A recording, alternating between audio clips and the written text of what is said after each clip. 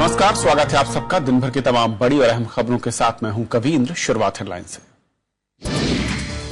संसद का शीतकालीन सत्र 26 नवंबर से। सीसीपीए की बैठक में फैसला, सरकार की विपक्ष से सहयोग की अपील। बिहार में करारी हार पर बीजेपी में मंथन। अरुण जेटली ने कहा, महागठबंधन का गणित समझने में हुई भूल। राज्य के नेताओं के साथ बैठक करेंगे अमित शाह। आरक्षण पर मोहन भागवत का बयान बना हार की वजह। बीजेपी और उसके सहयोगी दलों के नेताओं का बयान, पार्टी ने किया किनारा। अग्नि 4 मिसाइल का प्रायोगिक परीक्षण कामयाब। 4000 मीटर की मारक क्षमता, विशेष नेविगेशन सिस्टम से लैस। शशांक मनोहर होंगे आईसीसी के चेयरमैन। बीसीसीआई की आम बैठक में एम श्रीनिवासन को हटाने का फैसला। गगन खोड़ा और एमएसके प्रसाद चयन समिति में शामिल। और आइए देखते हैं पहली खबर।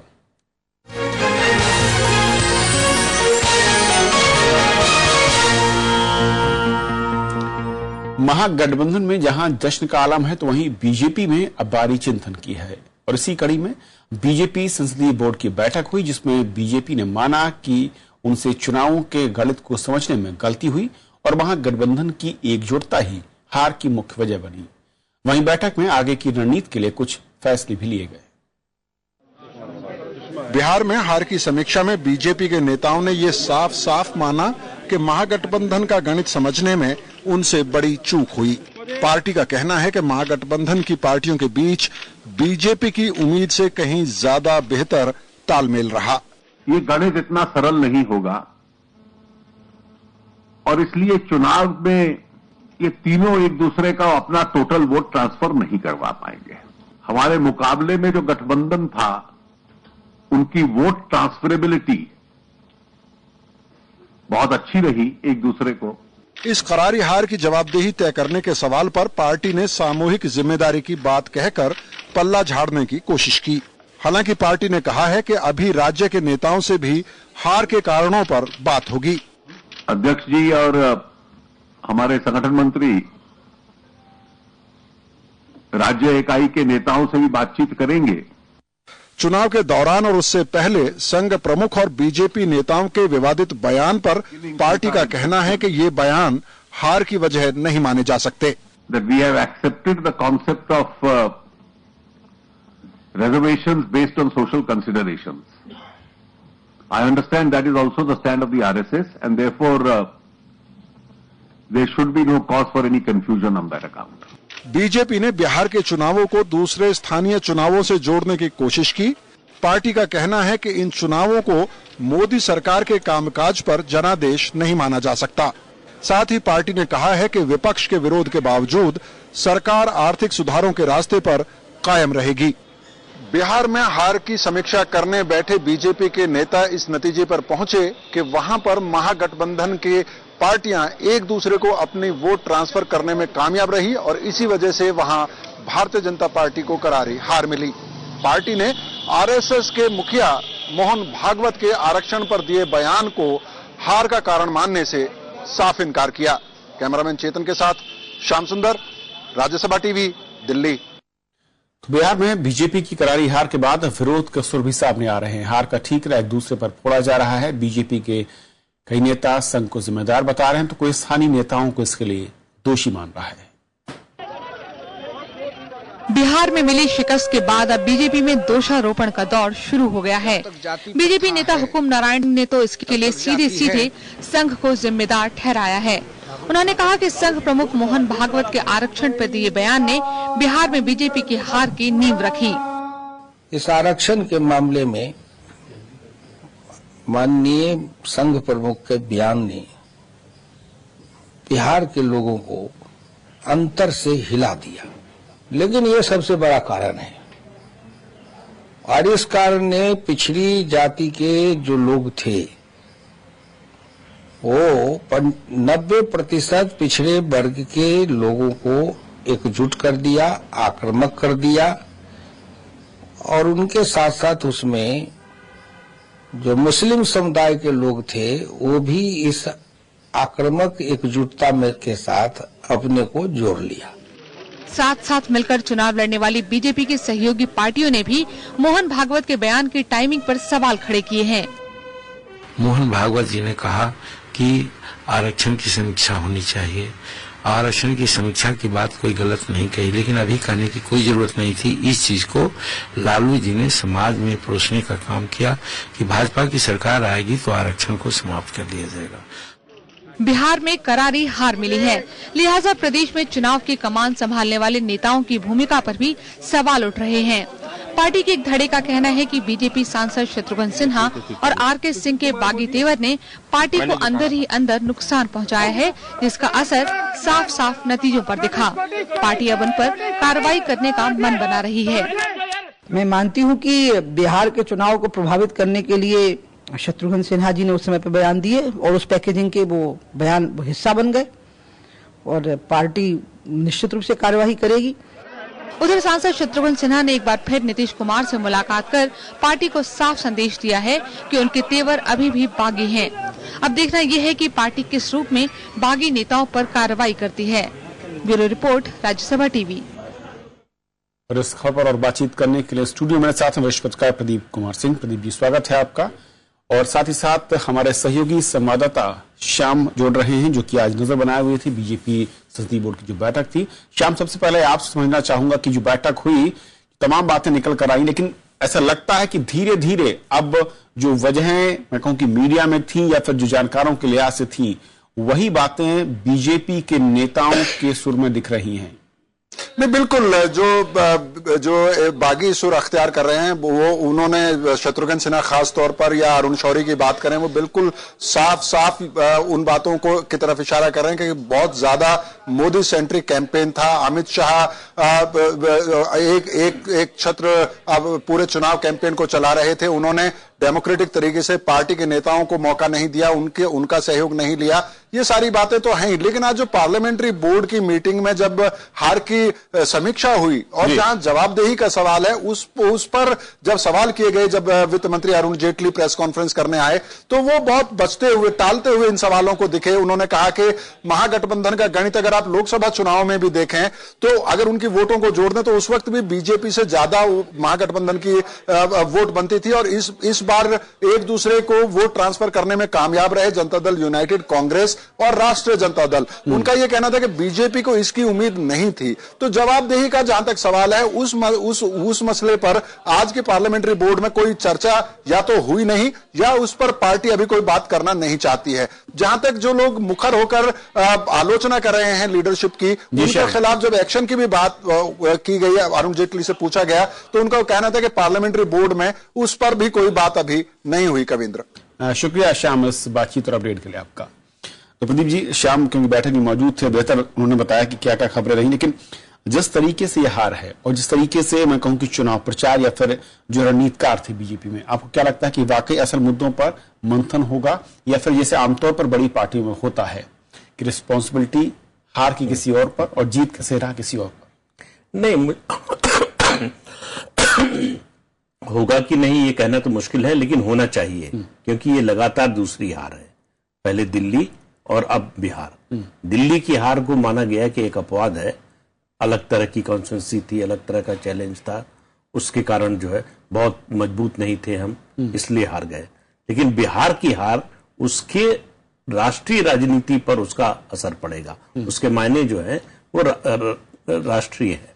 तो इसलिए अगर शैली नहीं बदली, जो अभी श्याम सुंदर जिस बात की ओर इशारा कर रहे थे कि जो ये एक कार्यशैली बन गई है कि बाहर के कार्यकर्ता आएंगे और चुनाव का प्रबंधन संभाल लेंगे और सब कुछ हो जाएगा, उस तरह से नहीं होगा। आप स्थानीय कार्यकर्ताओं को अगर इग्नोर करेंगे तो कठिनाई होगी, एक बात।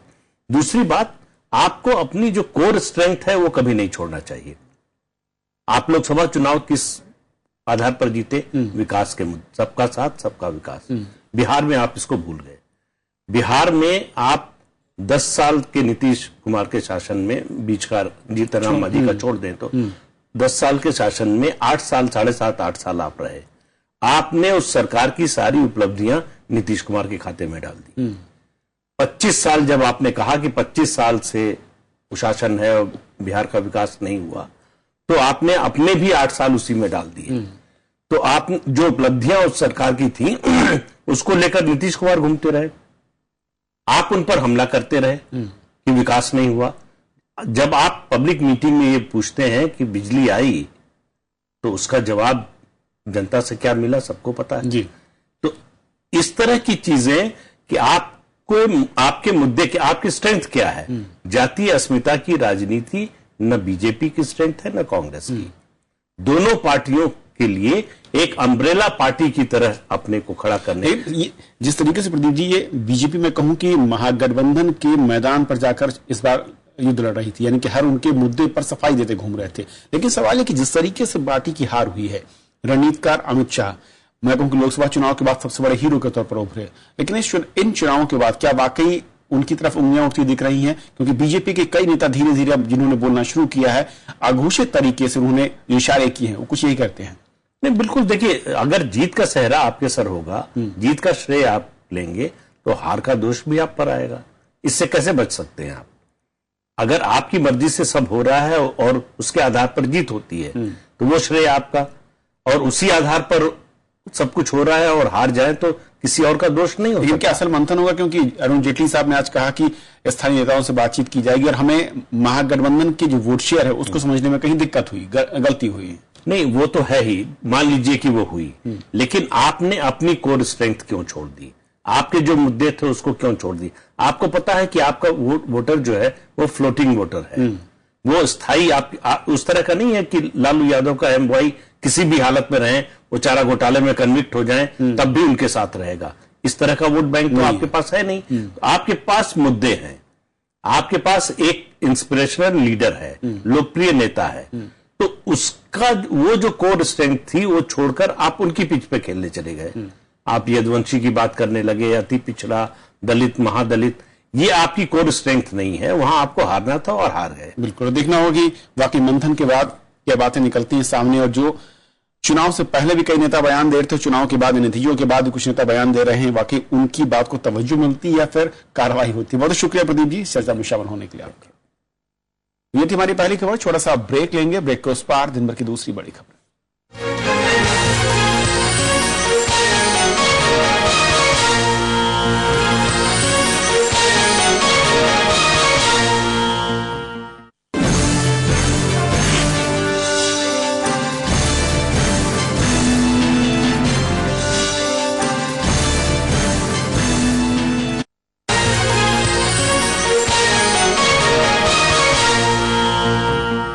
बिहार विधानसभा चुनाव में महागठबंधन की अप्रत्याशित विजय के बाद जेडीयू ने प्रधानमंत्री नरेंद्र मोदी से चुनाव के पहले घोषित विशेष पैकेज को अविलंब जारी करने की मांग की है। जेडीयू ने कहा कि आरजेडी के साथ सरकार चलाने में कोई परेशानी नहीं होगी और नीतीश कुमार दिवाली के बाद मुख्यमंत्री पद की शपथ लेंगे। सरकार बनाने के बाद जेडीयू की सबसे बड़ी चुनौती केंद्र के साथ संबंधों की होगी। हालांकि नीतीश कुमार ने कहा है कि केंद्र सरकार के साथ महागठबंधन की सरकार रचनात्मक सहयोग चाहेगी, लेकिन अरविंद केजरीवाल के अनुभवों को देखते हुए नीतीश कुमार के लिए खासा मुश्किल भरा साबित हो सकता है। यही वजह है कि अब पार्टी प्रधानमंत्री को बिहार से किए गए उनके वादों की याद दिला रही है। हमारा तो केंद्र सरकार से और माननीय प्रधानमंत्री जी से ये आग्रह होगा, निवेदन होगा कि वो तत्काल प्रभाव से जो भी उन्होंने बिहार के में विकास की योजनाओं के लिए जो राशि एलोकेट की थी उसको अविलंब उसको राज्य सरकार को पहुंचाने का काम करें। हालांकि कांग्रेस और आरजेडी के साथ गठबंधन की सरकार बनने की संभावनाओं को देखते हुए पार्टी फिलहाल किसी भी समन्वय समिति के निर्माण से इनकार कर रही है, लेकिन महागठबंधन के आला नेताओं की जल्द ही बैठक होगी जिसमें उप मुख्यमंत्री, वित्त मंत्री, गृह मंत्री और अन्य मंत्रियों को चुना जाएगा। हमने ये हम कल से जो चर्चा का हुआ है उसमें यह है कि तीनों दलों के राष्ट्रीय अध्यक्ष और प्रदेश अध्यक्ष के साथ माननीय वर्तमान में जो मुख्यमंत्री हैं माननीय नीतीश कुमार जी और स्टेट के जो प्रेसिडेंट हैं उनके बीच में इन सब बातों पे चर्चा होगी। उसके बाद में मंत्रिमंडल का गठन किया जाएगा। बिहार में सबसे बड़ा दल बनकर उभरे आरजेडी के साथ तालमेल बिठाना नीतीश कुमार के लिए एक बड़ी चुनौती होगी। स्वच्छ प्रशासन पर जोर देने वाले नीतीश अपराधियों और बाहुबलियों के दबाव से कैसे निपटेंगे, ये एक बड़ा सवाल है। पहली चीज तो ये समझना चाहिए कि लालू जी 10 साल सरकार से बाहर रहे हैं, उन्होंने भी कुछ सीखा होगा और उनके जो बयान आए हैं, उनका बयान है कि हम लोगों ने अगर गड़बड़ किया तो बिहार की जनता हमको माफ नहीं करेगी, इसलिए हमको मिलजुल के सरकार चलानी है और अच्छी सरकार चलानी है ताकि हम जनता को बता सकें कि हमने ये काम किया। तो मुझे नहीं लगता है कि ऐसी कोई परिस्थिति पैदा होगी जिससे कि वहां टकराव पैदा हो। बिहार में 29 नवंबर तक नई सरकार का गठन होना है, इसलिए नीतीश कुमार के पास इन सवालों का जवाब ढूंढने के लिए काफी समय है। आरजेडी प्रमुख लालू प्रसाद यादव ने बिहार से बाहर केंद्रीय राजनीति में अपने सक्रिय होने का संकेत दिया है, इसलिए नीतीश कुमार के लिए थोड़ी राहत की बात हो सकती है। लेकिन समस्या तब होगी जब लालू प्रसाद रिमोट कंट्रोल के माध्यम से सरकार पर नियंत्रण करने की कोशिश करेंगे। Bureau report, Rajya Sabha TV. संसद का शीतकालीन सत्र 26 नवंबर से 23 दिसंबर तक चलेगा। संसदीय मामलों संबंधी कैबिनेट कमेटी की बैठक में सत्र की तारीखों पर फैसला लिया गया। सत्र के पहले 2 दिन प्रश्नकाल स्थगित कर डॉक्टर भीमराव अम्बेडकर के योगदान और भारतीय संविधान पर विशेष चर्चा होगी। बिहार चुनाव के नतीजे के बाद सोमवार को संसदीय मामलों की कैबिनेट कमेटी की बैठक हुई। इसमें केंद्रीय गृह मंत्री राजनाथ सिंह, वित्त मंत्री अरुण जेटली और संसदीय कार्य मंत्री वेंकैया नायडू ने हिस्सा लिया। बैठक में संसद के आगामी सत्र की तारीखों पर फैसला लिया गया। शीतकालीन सत्र 26 नवंबर से शुरू होगा और 23 दिसंबर तक चलेगा। सरकार ने संसद की कार्रवाई सुचारू तरीके से चलाने के लिए विपक्ष से सहयोग की अपील की है। All the parties have a responsibility to interpret the verdict of the people, to enable proper functioning of the parliament during the coming session of the parliament. Bihar verdict is a clear statement of their aspirations. It should not be interpreted as a mandate to obstruct parliament. साल के अंत में बुलाए जा रहे इस सत्र में सरकार 26 और 27 नवंबर को डॉक्टर भीमराव अंबेडकर के योगदान और संविधान पर विशेष चर्चा करेगी। We have decided that we will be discussing our commitment to Constitution and also the birth setting of Baba Saheb Ambedkar. Together we will be discussed in Parliament. First 2 days there won't be any question about. विपक्ष इस सत्र में असहनशीलता और महंगाई समेत दूसरे मुद्दे पर सरकार को घेरने की कोशिश करेगा। Which are the bills if they are against the poor people and against the interest of the society, definitely we will oppose all those bills. लेकिन हम चाहेंगे सरकार अपना एजेंडा तो बताए। बहुत सारे सवाल है कि अम्बेडकर साहब की याद में अगर आप स्पेशल सेशन बुला रहे हो तो ये सवाल पैदा होता पब्लिक सेक्टर की आप निजीकरण कर रहे हो। जो आरक्षण के जो प्रावधान थे आपके संविधान में वो थे आपके पब्लिक सेक्टर के लिए, वो अगर निजीकरण हो रही है तो वो रिजर्वेशंस का महत्व जो घटता जा रहा है। मॉनसून सत्र में विपक्ष के अवरोध के चलते जीएसटी के अलावा और भी कई महत्वपूर्ण बिल पास नहीं हो पाए थे। इस सत्र में आर्थिक सुधार से जुड़े कई महत्वपूर्ण बिलों को पास करवाना केंद्र सरकार के लिए चुनौती होगी। अखिलेश सुमन के साथ मोहम्मद फतेह टीपू, राज्यसभा टीवी। प्रधानमंत्री नरेंद्र मोदी ने लोक अदालतों के बारे में जानकारी बढ़ाने पर जोर दिया है। विधि सेवा दिवस के मौके पर उन्होंने कहा कि समाज के हर वर्ग तक न्याय पहुंचाने में लोक अदालतें महत्वपूर्ण भूमिका निभा सकती हैं। प्रधानमंत्री ने वक्त के लिहाज से न्यायपालिका की मौजूदा प्रणाली में बदलाव की भी हिमायत की। देश भर में सोमवार को विधि सेवा दिवस मनाया गया। इस मौके पर दिल्ली में हुए कार्यक्रम में प्रधानमंत्री नरेंद्र मोदी ने लोक अदालतों को बढ़ावा देने पर जोर दिया। उन्होंने कहा कि लोक अदालतों से न्यायपालिका पर भार कम होगा और लोगों को ज्यादा बेहतर ढंग से न्याय मिल सकेगा। एक को न्याय मिलता है, दूसरा नाराजगी के साथ घर जाता है। यहाँ होता तो वही है, लेकिन दोनों को संतोष मिलता है, चलो यार हो गया, बहुत दिन हो गए थे, छुट्टी हो गई। ये लोक अदालत की प्रतिष्ठा है। प्रधानमंत्री ने कहा कि सबका साथ सबका विकास के साथ सबका न्याय भी जरूरी है। उन्होंने सभी संस्थानों में वक्त के लिहाज से बदलाव की हिमायत की। प्रधानमंत्री का संकेत कॉलेजियम सिस्टम की ओर था। मोदी ने सुझाव दिया कि गरीबों को मुफ्त कानूनी सहायता मुहैया कराना जजों की नियुक्ति का मापदंड होना चाहिए। पुरानी चीज उत्तम ही है, इसलिए उसको हम हाथ नहीं लगाएंगे, इससे बात बनती नहीं है। लोक अदालत इतना सफल प्रयोग, लीगल एड इतना सफल प्रयोग, लेकिन अगर हम ये कहें कि बस पूर्णता हो गई, फिर तो स्थगितता आ जाएगी। लोक अदालतें विवाद निपटारा का वैकल्पिक तंत्र बन गई हैं। बीते 2 दशक में लोक अदालतों की 15 लाख से ज्यादा बैठकों में 8.25 करोड़ लंबित मुकदमों का निपटारा हुआ है। इस साल सितंबर तक देश में 1,28,000 लोक अदालतों का आयोजन हुआ, जिसमें 57 लाख से ज्यादा मामले निपटाए गए। Bureau report, Rajya Sabha TV. One rank one pension की अधिसूचना के बाद भी पूर्व सैनिकों का आंदोलन जारी है। उनका कहना है कि अधिसूचना में कई खामियां हैं। पूर्व सैनिक कल से आंदोलन को तेज करते हुए वीरता के लिए मिले मेडल लौटाने का ऐलान कर रहे हैं। वहीं रक्षा मंत्री मनोहर पर्रिकर ने कहा कि पूर्व सैनिकों की सभी मांगों को स्वीकार नहीं किया जा सकता। ओआरओपी की अधिसूचना के बाद भी पूर्व सैनिकों का आंदोलन जारी है। रक्षा मंत्री मनोहर पर्रिकर ने कहा है कि पूर्व सैनिकों की मुख्य मांग मान ली गई है, लेकिन उनकी हर मांग स्वीकार नहीं की जा सकती। ये डेमोक्रेसी है, हर एक को डिमांड करने का अधिकार रहता है, लेकिन जितना मैक्सिमम उसका मेन जो डिमांड था वो हर एक को एक रैंक में एक पेंशन, वो हमने पूरा कर दिया। बाकी सब जो चीजें हैं वो हम लोगों ने डिक्लेयर की थी वही है। हर एक चीज मांगते हैं वही अगर सेटिस्फाई होने लगी तो कभी खत्म नहीं होगा और कोई तो और कुछ मांगेगा। ओआरओपी की खामियों पर रक्षा मंत्री ने कहा कि सरकार ने कमेटी बनाई है जो अगले 6 महीने में अपनी रिपोर्ट सौंपेगी। वायुसेना प्रमुख एयर चीफ मार्शल अरूप राहा ने कहा कि सरकार ने ओआरओपी पर निर्देश जारी कर दिया है और इसे सभी को स्वीकार करना चाहिए। योजना में कोई खामी है तो उसे बाद में दूर किया जाएगा। I think the government has given its directions on the issue. We should accept it. And if there are any anomalies which are still persisting, this could be, sorted out in due course of time. इधर सरकार की अधिसूचना में खामियों पर पूर्व सैनिकों ने जंतर मंतर पर 15 जून से चल रहा आंदोलन खत्म नहीं किया है।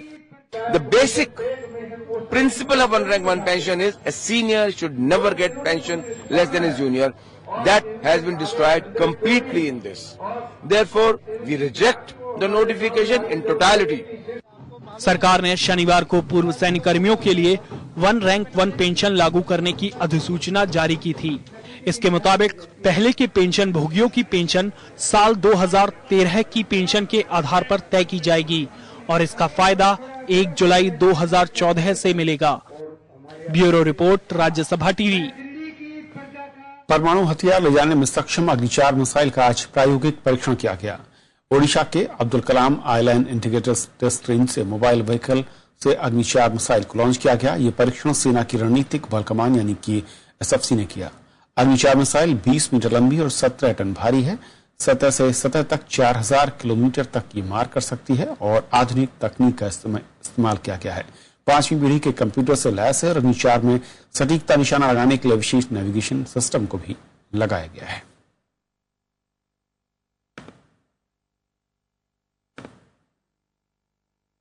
बीसीसीआई ने एन श्रीनिवासन की जगह शशांक मनोहर को आईसीसी का चेयरमैन बनाने का फैसला किया है।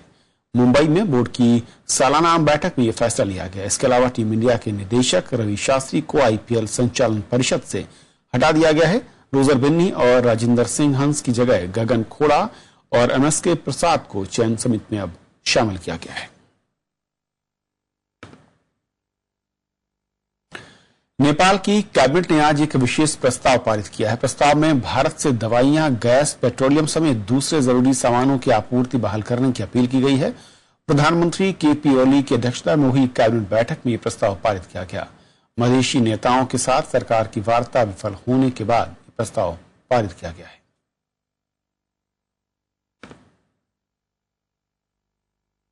तो खबरों के आज के सफर बस इतना ही। नमस्कार।